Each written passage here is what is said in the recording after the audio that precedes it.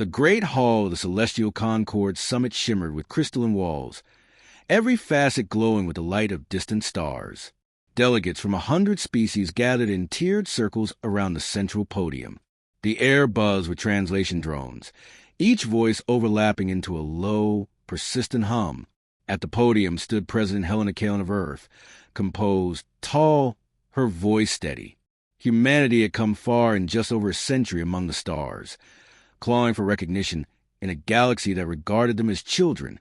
Tonight, Kalen was to make it clear that Earth would no longer bow to foreign empires. Her words carried across the chamber. Humanity seeks peace, but not at the price of submission. We will not kneel to any throne among the stars. A flash cut her sentence in half. For a heartbeat, the hall was silent. Then her body collapsed. A smoking hole burned clean through her chest. Screams erupted.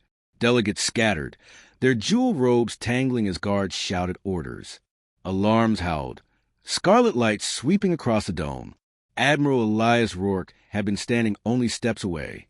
He lunged forward, catching her body before it struck the floor. She was gone instantly, no pulse, no breath. He laid her down gently, jaw locked, eyes burning. Secure the exits. Rourke barked, his voice cut through the chaos, steel wrapped in command. Human security formed a tight cordon around their delegation. Across the chamber, the alien dignitaries pulled back.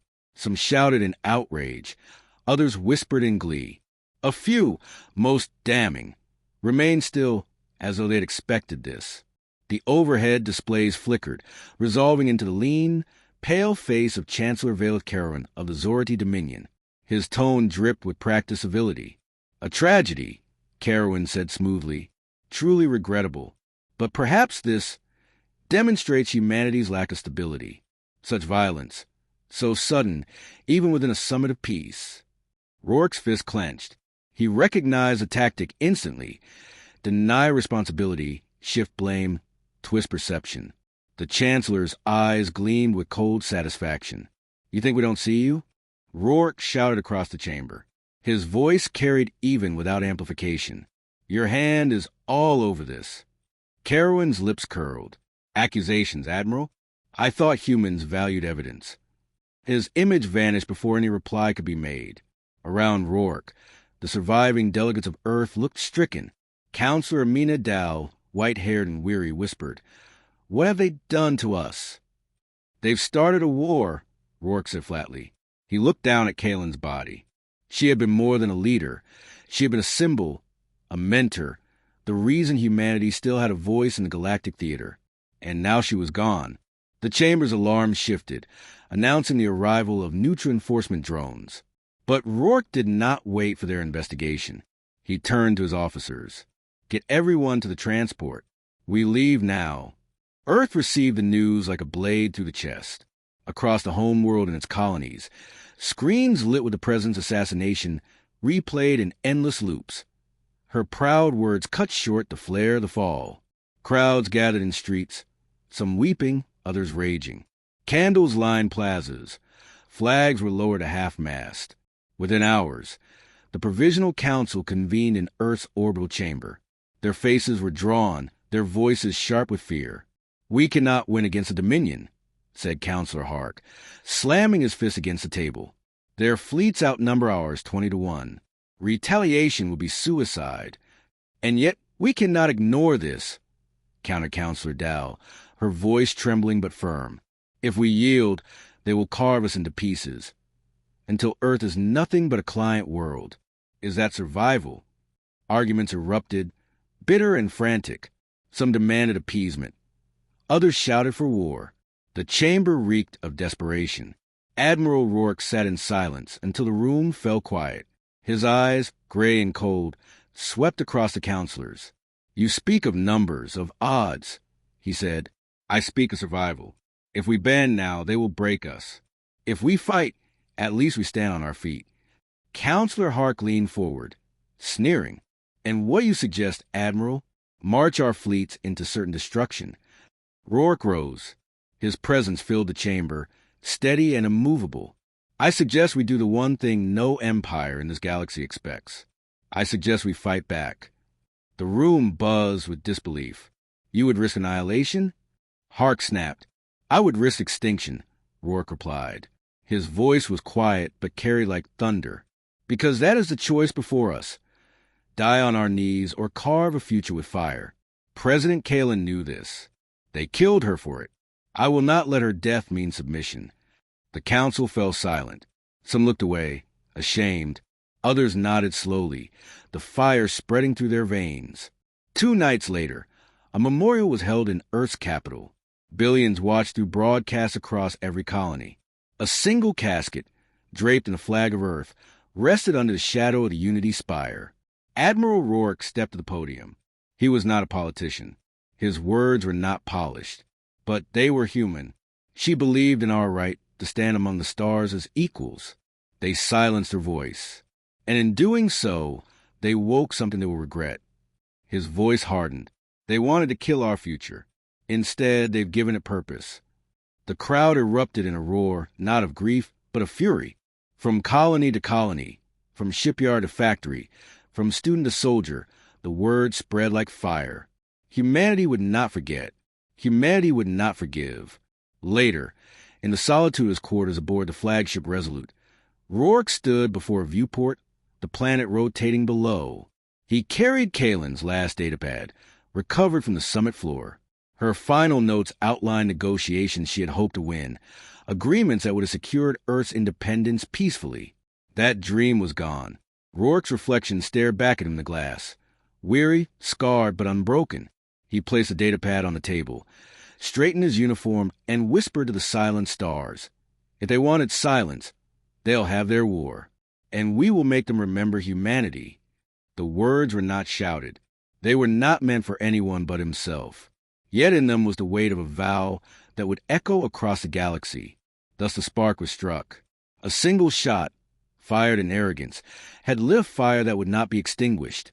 And Admiral Elias Rourke, standing over the ashes of peace, was ready to lead humanity into the storm. The Provisional Council chamber hung in low orbit above Earth, a circular hall of glass and steel with the planet filling half the horizon. Delegates sat in a ring, their holographic displays pulsing with news feeds of the assassination. Outside, warships drifted silently, their hulls gleaming in the pale glow of dawn. The chamber echoed with voices. We cannot withstand the Dominion. Counselor Hark thundered, red-faced. They will burn our colonies and grind our fleets to dust. Retaliation means annihilation. Across from him, Amina Dow rose slowly, hands trembling but eyes resolute. Annihilation will come regardless. If we yield, we invite chains. If we resist, we fight on our own terms. Resistance, scoffed Hark. With what? A handful of ships and a civilian population that barely remembers what real war looks like? This is fantasy. The argument spun in circles. Fear laced through every word. Admiral Elias Rourke stood apart, silent until the voices dimmed. He leaned forward, both hands pressed on the table's edge. His voice, when it came, was low but unshakable. You mistake the Dominion's intent. They don't want compromise. They want submission. President Kalin died because she refused it. If we bend now, we'll never rise again. A hush fell. Counselors shifted uncomfortably, some refusing to meet his gaze. Hark snapped. So you propose suicide? A single fleet against the largest military machine in known space? It's madness. Rourke straightened. It's survival. Numbers mean little against will. Humanity has always endured by fighting beyond what others thought possible. We are underestimated. That is our advantage. His words hung heavy in the air. No one answered. Within days, Earth orbit became a hive of activity. Shipyards, long starved by cautious politics, roared to life. Cargo tugs ferried armor-plating reactors and missile pods to half-completed cruisers. Families brought supplies to dockyards, pressing their hands against the hulls, as if offering blessings. The fleet assembled piece by piece. Destroyers, corvettes, frigates patched together from every corner of human space. Compared to Zordi Leviathans, they looked small, lean and angular, less polished than alien designs. Yet inside, crews worked with ferocity no machine could replicate. Rourke toured the decks of the Resolute, shaking hands, speaking briefly with engineers, mechanics, and pilots. Their faces carried the weight of grief, but also a sharpened resolve. Lieutenant Arden, one of the youngest officers, intercepted him outside the hangar. "Sir, permission to speak freely?" "Granted," Rourke said. Arden's jaw tightened. "We don't stand a chance in a direct fight. Everyone knows it, but none of us are backing down. If this is the hill we die on, then so be it. Just tell us it means something." Rourke regarded him quietly, then answered, "It means everything.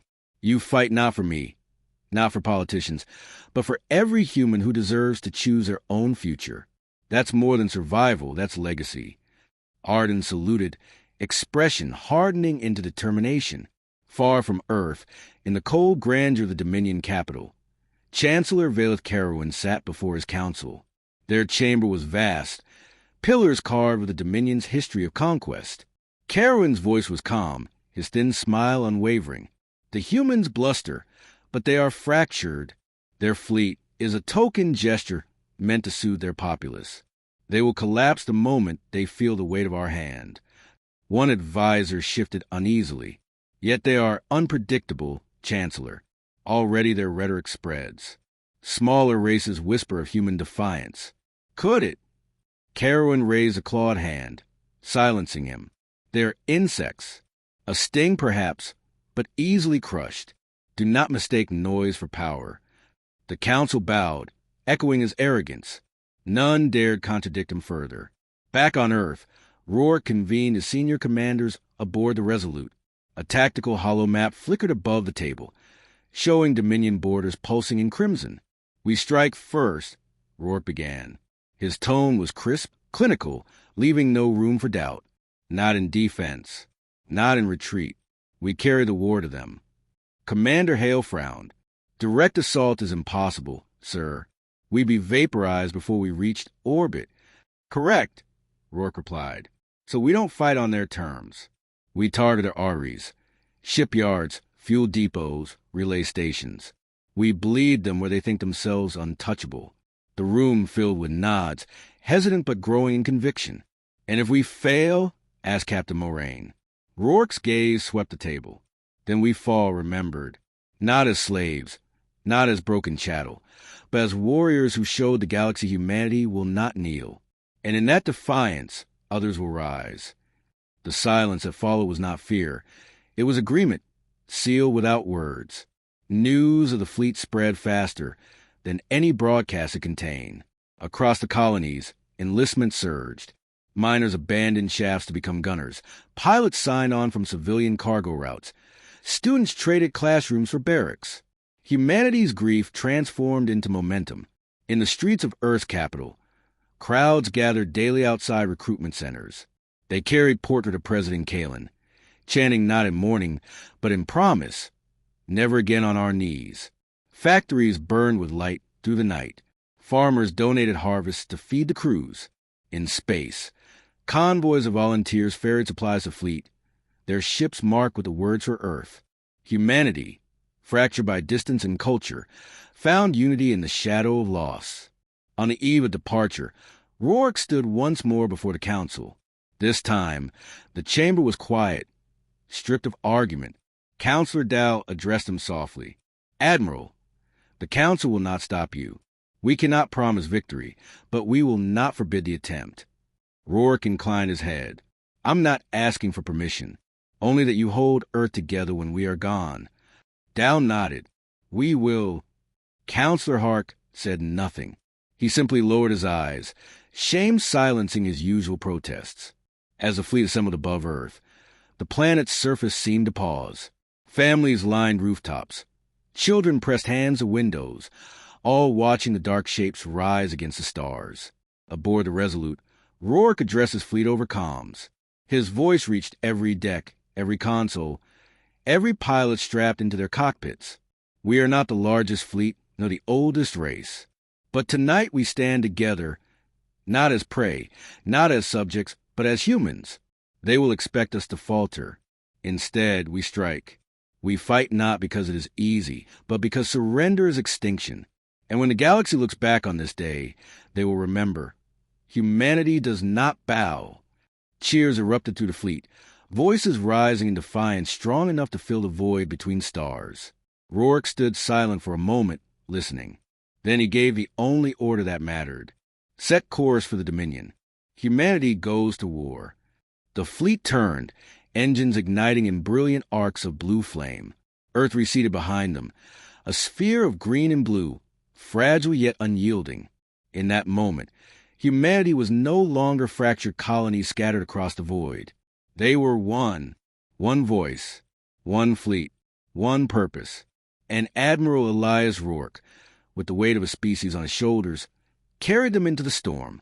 The Dominion shipyard at Valor Prime sprawled across the system like a steel leviathan. Rings of scaffolding encircled half-finished dreadnoughts, their armored flanks glinting in the starlight. Supply freighters moved in slow procession, drones welding vast sections of hull, while escorts patrolled the perimeter in lazy arcs. It was a symbol of dominance, the heart of a war machine no race dared challenge. Until tonight, the Resolute emerged from slip space on the system's edge, her hull trembling as the jump fields collapsed. Around her, the rest of the human fleet snapped into existence. Sleek destroyers, agile corvettes, cruisers patched together from desperate construction. Their presence in Dominion territory was unthinkable. On the bridge, Admiral Elias Rourke studied the tactical map as red markers bloomed across the display. Dominion patrols were converging, though sluggishly. They hadn't yet realized what they faced. "Signal the fleet," Rourke said calmly. "Phase 1. Captain Mourning relayed the order. Across the formation, human warships dispersed like hunters into the dark. Their drives burned only faintly, masking themselves against the glare of the system's sun. Lieutenant Arden's voice broke the silence. "Sir, targeting confirms multiple dreadnought frames in dry dock. If we cripple them now..." Rourke's expression remained iron. "We will, but not yet. We make them bleed before they know they've been cut." The Dominion outpost on the outer rim registered the first anomaly, a sudden flare, then silence. Its comm relay sputtered and died, its defense satellites gutted by precision strikes. By the time the garrison scrambled to respond, human frigates had already slipped past, leaving only burning wreckage. In the shipyard control tower, alarm screamed. Overseer Zarike, a seasoned officer with carapace etched by years of service, slammed his claws onto the console. "Identify the attackers." "Unknown vessels," a subordinate stammered. "Configuration does not match any registered fleet. They fly human transponders." Zarike hissed in disbelief. "Humans? Here? Impossible. They wouldn't dare." But even as he spoke, the first wave struck. From the Resolute, Rourke watched as corvettes dove into the shipyard's outer ring, launching salvos of plasma torpedoes. Explosions rippled across scaffolding, tearing fuel lines, igniting storage silos. Half-complete dreadnoughts shuddered, their skeletal frames collapsing in showers of molten debris. The Dominion scrambled interceptors, sleek arrowhead craft streaking from hangars. Human fighters met them head-on. The void lit with tracers and burning wrecks as the dogfight spiraled into chaos. "Enemy command is slow to react," Mourning observed. "Arrogance blinds them," Rourke replied. "Exploit it." The second wave pressed deeper. Destroyers opened with railgun fire, kinetic slugs punching through dockyards, shredding repair gantries, collapsing hangar bays. Dominion crews screamed over open channels, their orders dissolving into panic. Lieutenant Arden's console pulsed. "Sir, Dominion reinforcements inbound from the inner system. Heavy cruisers, estimated 7 minutes." Rourke's gaze hardened. "Then 7 minutes is all we need. Begin Phase 2. Target their reactors." Beneath the shipyard central hub lay massive reactors, buried in armored housings. Human bombers broke formation, weaving through defensive fire, engines howling. Anti-air batteries spat streams of plasma, but the bombers pressed on, shields sparking on the barrage. Inside one cockpit, Ensign Calvin gritted his teeth, alarm shrieking as rounds tore into his wing. His voice crackled over comms. "I've got lock. then static. His bomber vanished in a ball of fire, but the others held course. They released their payload in unison, a storm of penetrator warheads diving into the hub. A heartbeat later, the reactors erupted. The explosion tore through the shipyard, a sun blooming in miniature. Entire sections of scaffolding disintegrated. Dreadnought frames ripped apart, their remains scattering into orbit. Shock waves rippled outward, flipping freighters, crushing patrol ships in fire. From the bridge of the Resolute, the view was apocalyptic. Structures that had taken decades to build were gone in seconds. Lieutenant Arden whispered, awestruck, We did it!" Rourke's expression didn't soften. "We've drawn blood, but now comes their rage." As predicted, Dominion cruisers surged into the system, their drives flaring like spears of fire. Sleek, massive, bristling with weapons, they cut through the debris, engines pushing for interception. "Admiral, they'll overwhelm us in open combat," Moraine warned. "Then we don't give them open combat," Rourke replied. His tone sharpened. "Signal retreat. Controlled withdrawal. Make them chase us." The fleet pivoted, engines roaring as they broke from the engagement zone. Corvettes darted backward, leaving mines and charges drifting in their wake. Dominion cruisers advanced blindly, weapons firing in furious salvos. Explosions erupted as mines detonated, crippling lead ships, scattering formations. The humans vanished into slip space one by one, their exits timed perfectly. By the time the Dominion regrouped, only wreckage remained, the ruins of their pride, smoldering in orbit of Valor Prime. Back aboard the Resolute, the bridge was quiet, the crew staring at the displays in disbelief. The Dominion shipyard was gone. Human losses were heavy, but the impossible had been done. Lieutenant Arden turned toward Rourke. "Sir, what happens when the Chancellor sees this?" Rourke's voice was grim. "He will rage. He will vow vengeance. And he will throw his fleets at us with all his arrogance. That is when he makes mistakes." He looked out into the stars, their light cold and unyielding.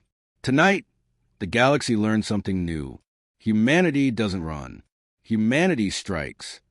In the Dominion capital, Chancellor Karen watched the reports flood his chamber. The devastation scrolled across the hollow screens. Shipyard destroyed, dreadnought frames annihilated, thousands dead. For the first time in decades, his smile faltered. "Humans," he whispered, claws tightening. "Vermin daring to wound us." His voice rose into a roar that shook the chamber. "Then they will burn. Their worlds, their people, their very name. No corner of the stars will hide them." But behind his fury, unease stirred. The humans had struck where no one dared. They had done the unthinkable and succeeded. The galaxy had shifted, and even Carwin could feel it. As the human fleet regrouped in deep space, repairs underway, Rourke allowed himself a moment alone. He stared at the stars, seeing not victory, but the cost etched in every absent call sign. The fleet had bled for the strike, and more blood would follow. Yet for the first time, humanity was no longer prey. They were hunters in the void, and the war had truly begun. The Dominion did not wait long to answer. Within a week of the Valor Prime disaster, their fleets poured into human space like a tide of steel and fire. Worlds along the frontier, outposts barely fortified, were crushed in swift, brutal campaigns. Communications relays screamed for help, then went silent. Colonies burned. Survivors were few. On Earth, the news spread faster than officials could contain it. Images of shattered settlements, of bodies drifting in orbital wreckage, ignited fear, but also fury. For every family mourning, there were thousands calling for vengeance. The attack at Valor Prime had drawn Dominion blood, but now humanity bled in return. Admiral Elias Rourke stood at the strategy table aboard the Resolute, watching the chaos unfold on the holomap. Red zones spread across the projection of human space, marking Dominion strikes. The enemy wasn't just retaliating. They were pressing to break humanity's will.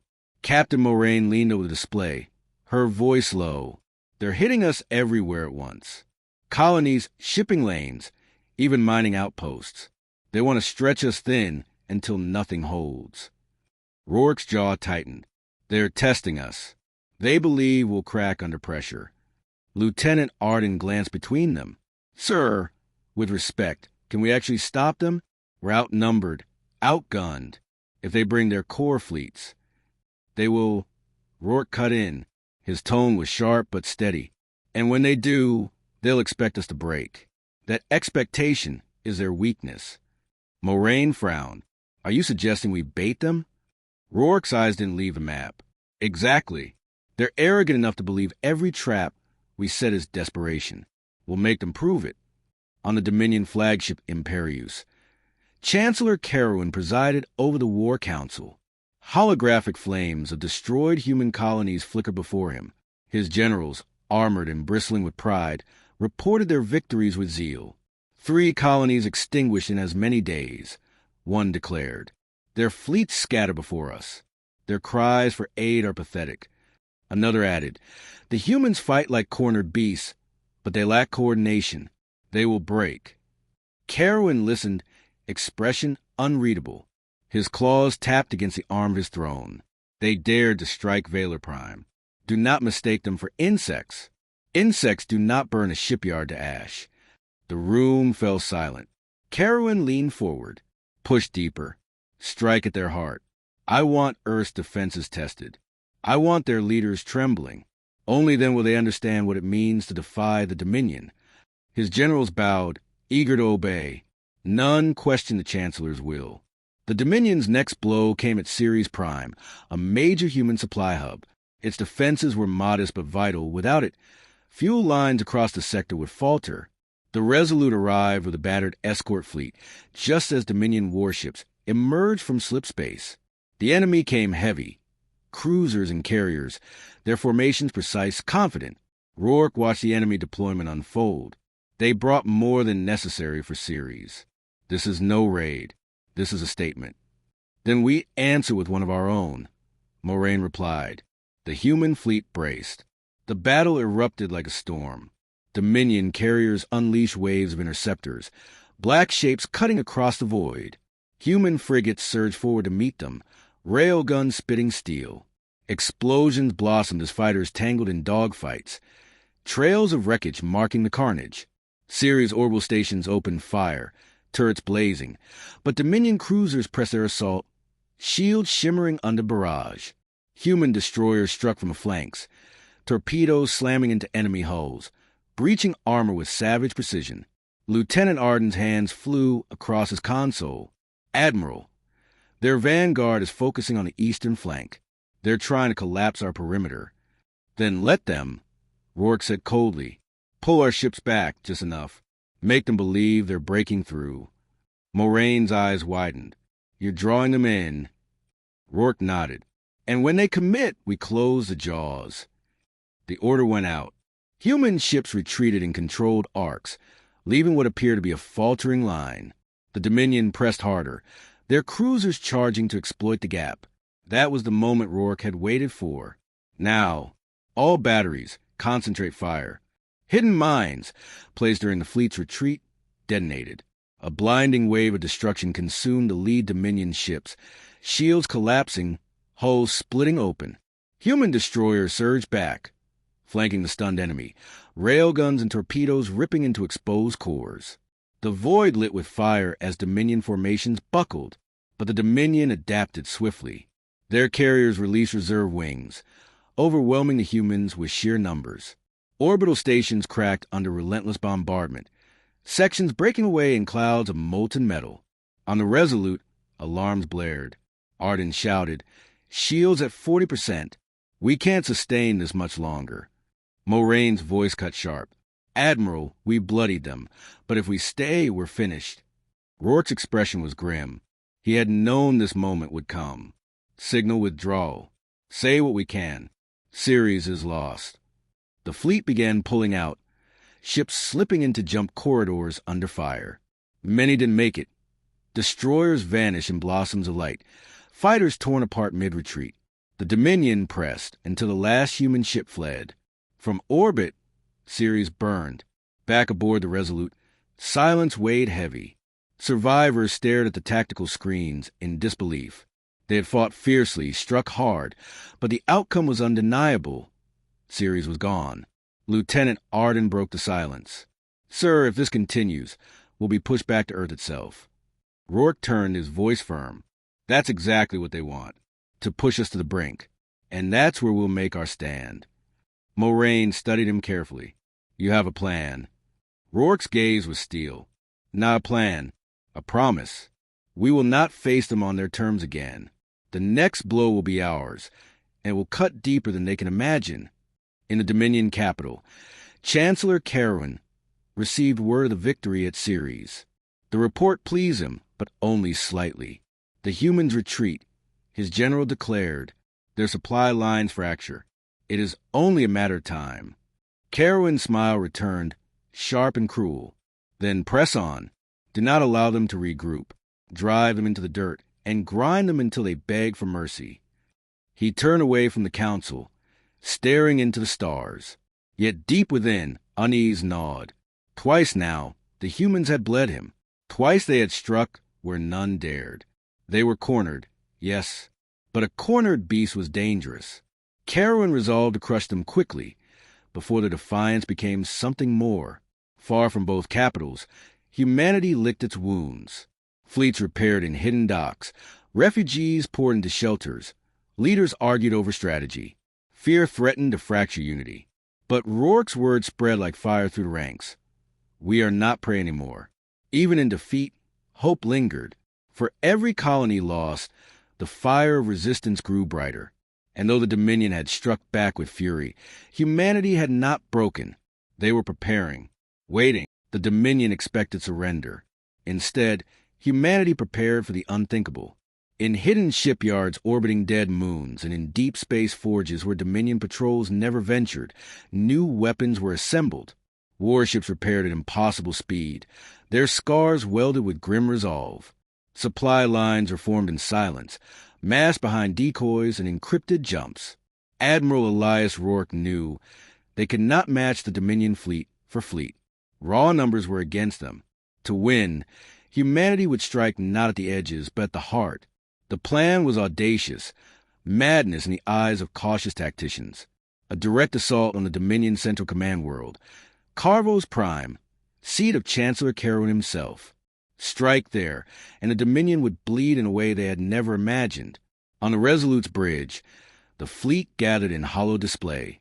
Battle-scarred destroyers, rebuilt frigates, and carriers carrying fighters forged in desperation. Behind them stood Earth's last reserves, ready to gamble everything. Rourke studied the faces of his officers. Moraine was unflinching, her eyes hard steel. Lieutenant Arden, younger than most, showed fear, but also something more dangerous, resolve. "We won't match them in open combat," Rourke said. "So, we don't. We cut out their throat in one strike.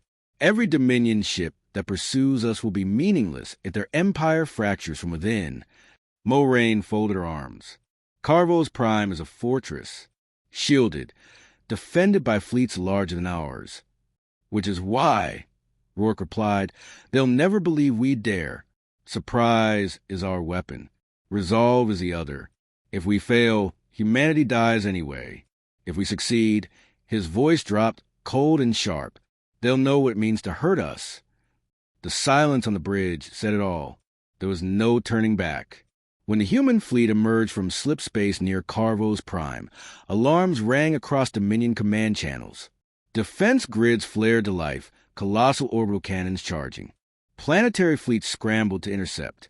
Chancellor Carowin stood in the Citadel Tower overlooking the capital, staring at the impossible. A human fleet, smaller but advancing without hesitation. His generals shouted in disbelief. "This is madness," one snarled. "They cannot hope to win." Carowin's claws flexed against the railing. "No, they seek to wound us in spirit, destroy them utterly, and parade the wreckage through their worlds. Let none survive." Orders surged through Dominion ranks. War drums of steel thunder across the stars. The battle ignited. Dominion warships surged outward, vast cruisers and carriers blotting out the void. Their opening salvo shook space itself, lances of plasma tearing toward the Resolute. Human ships rolled and twisted, evading fire with practiced desperation. Shields holding, Arden reported, sweat beading on his forehead. But they'll break us apart if we hold formation. Then we don't hold, Rourke said. Scatter the fleet. Make them chase ghosts. Human ships split into shards of light, weaving among Dominion formations, targeting weak points with surgical precision. Torpedoes punched into carrier bays. Railguns shattered frigate lines. Each human vessel fought like a blade in the dark. Small, fast, deadly. But the Dominion were many. Their numbers pressed, closing gaps, overwhelming the smaller fleet. Moraine's voice was grim. We won't last at this pace. That's not the goal, Rourke replied. Signal the strike teams. Begin Phase 2. While the battle raged, cloaked dropships darted through chaos, slipping past the main engagement. Their destination, Carvo's Prime itself. On board, strike teams of human marines braced, their mission simple and impossible. Cripple the Planetary Defense Corps. Lieutenant Arden led one such squad. The dropship jolted as it pierced the atmosphere, anti-air fire streaking past. Soldiers gripped rifles, faces set in silence. Arden steadied his voice. Remember why we're here. They think we'll bend. Today, we show them humanity never kneels. The ship slammed onto the surface. Marines surged out into fire and smoke, clashing with Dominion guards in brutal close quarters. Plasma bolts seared the air. Explosions tore across defensive lines. Arden's squad fought forward, breaching the defense complex. At its heart pulsed the planetary shield generator, a massive structure humming with energy. Dominion troops poured in to defend it, but the humans pressed, inch by inch, at staggering cost. Bloody but unbroken, Arden planted the charge. For Earth, he whispered, and triggered detonation.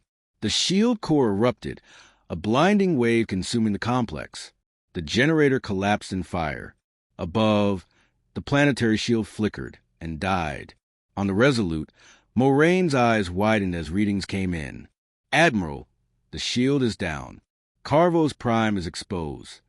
Rourke's voice was steady, almost quiet. Then we finish this. All ships, target the Citadel. The fleet converged, focusing every remaining weapon on the Dominion Capital Tower. Beams of fire and steel lanced downward, carving through defenses, hammering the fortress world. Dominion cruisers lunged to intercept, but the damage was done. The Citadel shuddered as explosions tore through its foundations. Towers crumbled, fire engulfing the Chancellor's seat of power. Inside, Chancellor Caron refused to flee. The walls shook around him as aides begged for retreat. Leave, Carowin snarled, his voice thunderous. From insects who dare to sting? No, let them come. I will watch their fire consume itself against stone. But the fire did not falter. It grew, unrelenting, until the Citadel itself groaned under collapse. Carowin's last sight was impossible. Humans, tiny against the vastness of his empire, daring to strike him in his throne. The Citadel fell in a roar of stone and flame. Above Carvo's Prime, silence began to spread. Dominion fleets, leaderless and in disarray, faltered. Some pressed the attack. Others broke formation entirely. The iron unity of their empire cracked. On the Resolute, the bridge was hushed. Survivors stared at the burning world below, disbelief and all mingling with grief for those lost. Lieutenant Arden, bloodied and exhausted, limped back onto the bridge after extraction. He met Rourke's gaze. It's done. Rourke nodded once. No, Lieutenant, it's only begun.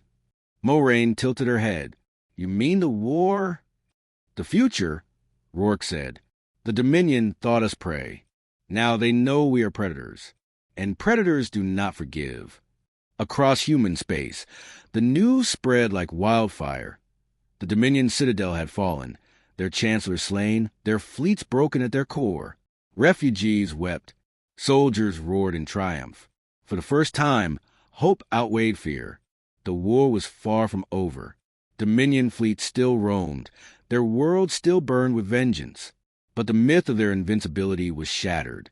Humanity had struck the unthinkable blow, and nothing would ever be the same. As the fleet turned for home, battered yet unbowed, Admiral Rourke spoke quietly. Words carried only to those close enough to hear. They heard our child, our worlds, our people. We answered, and they will never forget the fire we brought to their heart. The stars that had glimmered, vast and endless. Humanity sailed into them not as prey, not as survivors, but as warriors who had proven to the galaxy that no empire, no matter how mighty, could break their will. The war had just changed. Forever.